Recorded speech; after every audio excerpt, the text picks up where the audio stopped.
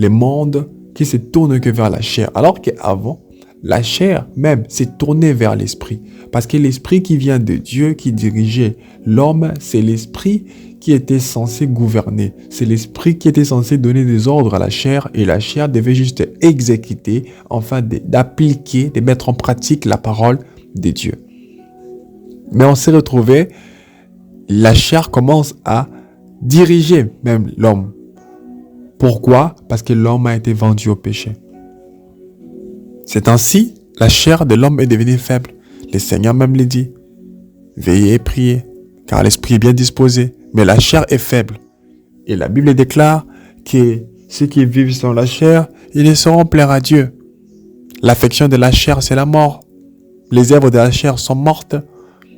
Voilà. Donc, la chair est faible.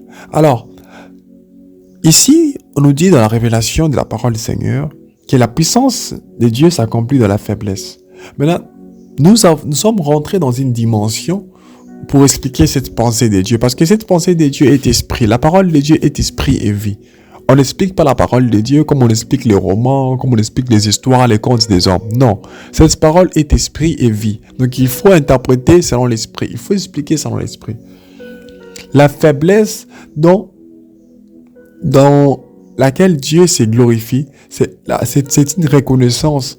C'est la conscience de qui vous êtes. Étant conscient que vous avez une chair qui est faible, alors c'est alors là que la puissance de Dieu va se démontrer. Parce que tous ceux qui s'appuient sur leur chair, tous ceux qui s'appuient sur leur intelligence, tous ceux qui s'appuient sur leur propre force, finissent par tomber, finissent par céder. Pourquoi? Parce qu'il est écrit, maudit soit l'homme qui se confie à l'homme. Donc celui qui se confie en sa chair, en sa propre force, par rapport aux tentations, par rapport au péché, par rapport même à la vie religieuse, à la vie chrétienne, tout celui qui se confie en lui-même, en ses prières, qui se confie en ses méditations, tout celui qui se confie en ce qu'il fait par lui-même, il est maudit. Il va finir toujours par tomber. Parce que personne n'a la capacité de pouvoir dompter sa chair par lui-même. Nous avons besoin de Dieu, bien-aimé. C'est pourquoi il est écrit, vous ne pouvez rien faire sans moi. Dans cet enseignement, c'est pour vous ramener à comprendre que vous devez reconnaître que votre chair est faible, afin que le Seigneur puisse activer votre esprit. Parce que c'est l'esprit qui vivifie, mais la chair ne sert de rien. Vous devez comprendre cela. C'est en comprenant cela que le Seigneur vous donnera maintenant la capacité de dominer votre chair, d'être des hommes spirituels. Donc celui qui reconnaît qu'il est faible, il va laisser la place à Dieu pour que le Seigneur puisse démontrer sa puissance. La puissance de Dieu s'accomplit dans la faiblesse. Premièrement, nous avons dit c'est ça. C'est en reconnaissant, en ayant la conscience que je suis faible. Je ne peux pas par moi-même. Je ne peux pas faire ça par moi. Je ne peux pas vaincre le mal par moi-même. Je ne peux pas abandonner le monde par moi-même. J'ai besoin de Dieu. Il ne s'agit pas de vous, mais de Dieu. C'est le Seigneur qui vous délivrera. C'est le Seigneur qui vous délivrera. Si le Seigneur ne délivre pas, si le Seigneur ne garde pas, si le Seigneur ne restaure pas, si le Seigneur ne transforme pas, c'est lui qui fait la transformation, la délivrance, travaille en vain. Donc, le Seigneur est le pilier de nos vies. Il est le centre de tout. Et sa puissance à lui se démontre lorsque nous acceptons que nous ne pouvons pas. Souvent, vous voyez, vous menez votre vie, il y a des difficultés, il y a des histoires qui ne marchent pas et tout. Le Seigneur est là, il vous regarde. Il vous regarde, il attend seulement que vous puissiez l'appeler. Parce que jusque-là, vous n'avez pas compris que vous ne pouvez rien faire sans Dieu. Vous n'avez pas encore compris que vous ne pouvez rien faire sans Dieu dans votre vie. C'est pourquoi vous continuez à vous battre. Je ne veux plus faire ça, je prends la décision. Et puis, boum, vous retombez encore dans la même chose.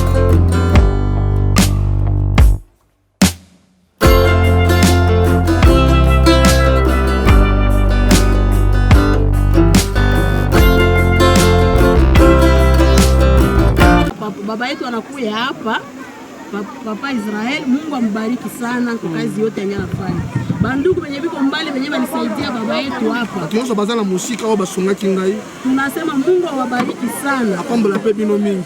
Turu ya kwanza baba yetu alikuwa tulikuwa tunakula bugali na mai. Kolo papa ngolo na yaki mbala liboso.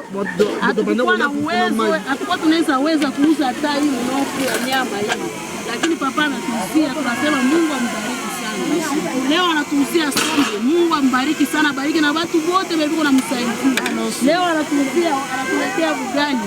Mungu ambariki sana kote kwenye iko napita, watu waliko bulada, waliko mbali. Mungu awabariki kazi yenye mko mnafanya kusaidia baba yetu hapa. Baba yetu ni mtu wa huruma sana, anatusaidia, anasaidia watoto mayatima wenyewe walioachiwa kuvita. Mungu ambariki sana, haiko na lala ndizi yake anaitumaka huku. Basi Mungu ambariki kwa kazi yote ambayo kunafanya. Ametuletea makiti, ona watoto wanaikala leo na sura mzuri. Banakulia kumeza, batapata manguo, wanapata mchele, wanapata bunga. Leo hii tunakuwa na makopo ya mpya, masani tulikuwa nakulia kwa masani moya ya kutoboka. Kama wanatia chakula inapita chini na zama chini. Papa, Mungu akubariki sana kwa hii kazi ambayo unafanya. Mungu abariki na watu yote ya kanisa yako bebe unakusaidia. Mungu abariki watu wote wenye wako mbali na karibu, wote wenye wako nakunga mkono kwa hii kazi. Haikuwa fasile. Si hatungeweza tukujua kama siku moja tutakulia kwa meza hivi. Hapana. Hatukujua kama siku moja tutapataka balo ya mango watoto wavale mchele, lakini Mungu wa mbinguni ile yenyewe unatendea papa Israeli. Mungu uendelee kumbariki usiku kama mchana. Sana.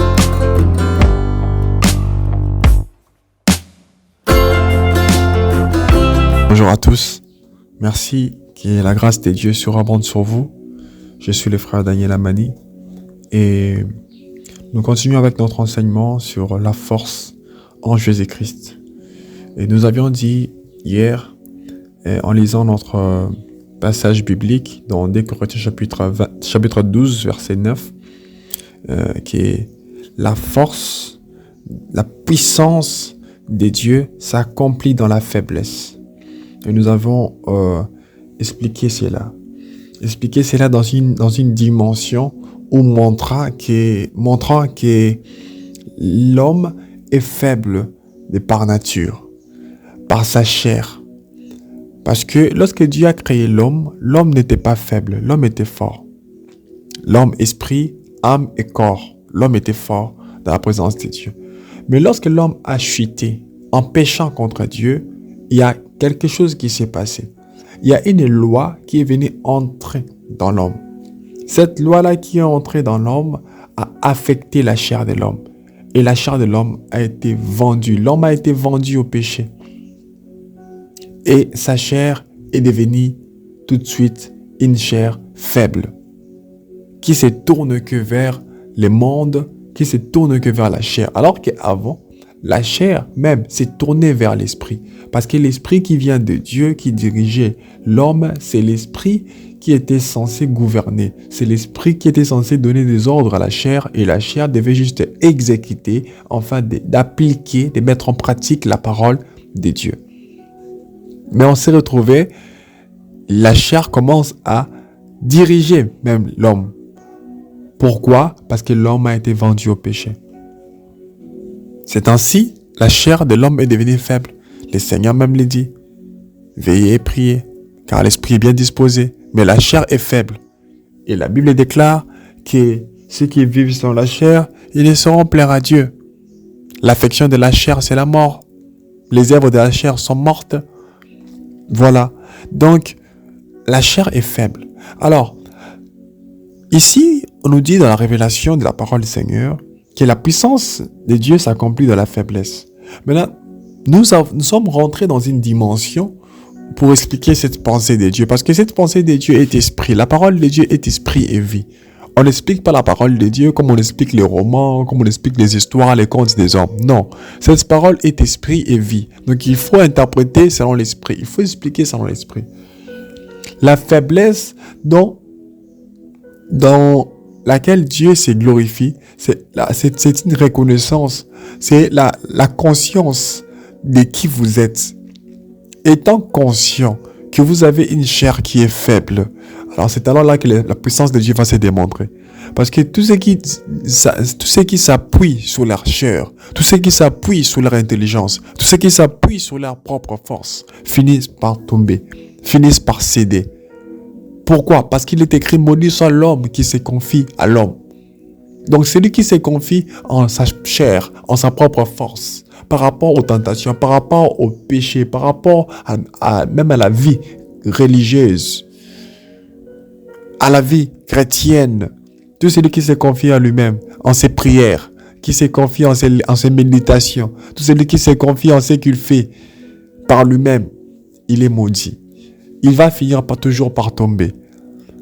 Parce que personne n'a la capacité de pouvoir dompter sa chair par lui-même. Nous avons besoin de Dieu, bien-aimés. C'est pourquoi il est écrit, vous ne pouvez rien faire sans moi.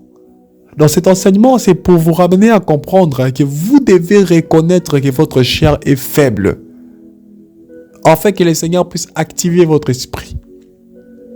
Parce que c'est l'esprit qui vivifie, mais la chair ne sert de rien. Vous devez comprendre cela. C'est en comprenant cela que le Seigneur vous donnera maintenant la capacité de dominer votre chair, d'être des hommes spirituels.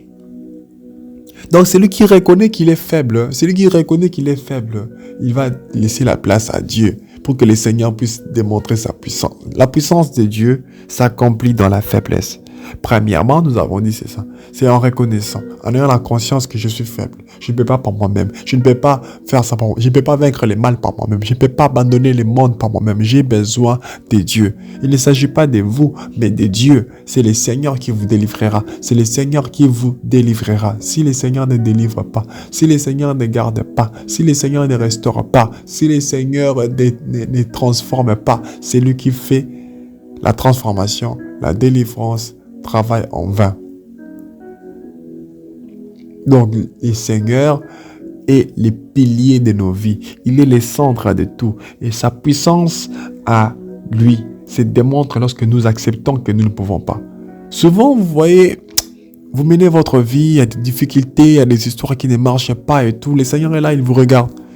Il vous regarde, il attend seulement que vous puissiez l'appeler. Parce que jusque-là, vous n'avez pas compris que vous ne pouvez rien faire sans Dieu. Vous n'avez pas encore compris que vous ne pouvez rien faire sans Dieu dans votre vie. C'est pourquoi vous continuez à vous battre. Je ne veux plus faire ça, je prends la décision. Et puis, boum, vous retombez encore dans la même chose. Et vous êtes triste. Vous êtes frustré. Vous êtes en colère contre vous-même. Et bien aimé, j'aimerais vous lancer ces messages aujourd'hui encore. Venez à Jésus. Venez à Jésus, bien-aimé. Il a dit, venez à moi, vous tous qui êtes chargés et fatigués, et je vous donnerai du repos. Voyez-vous, c'est lorsque vous êtes chargés et fatigués que le Seigneur vous donne du repos. Parce que vous, dans votre faiblesse, vous vous dites que vous êtes fort. Donc, pour vous, vous n'êtes pas encore faible.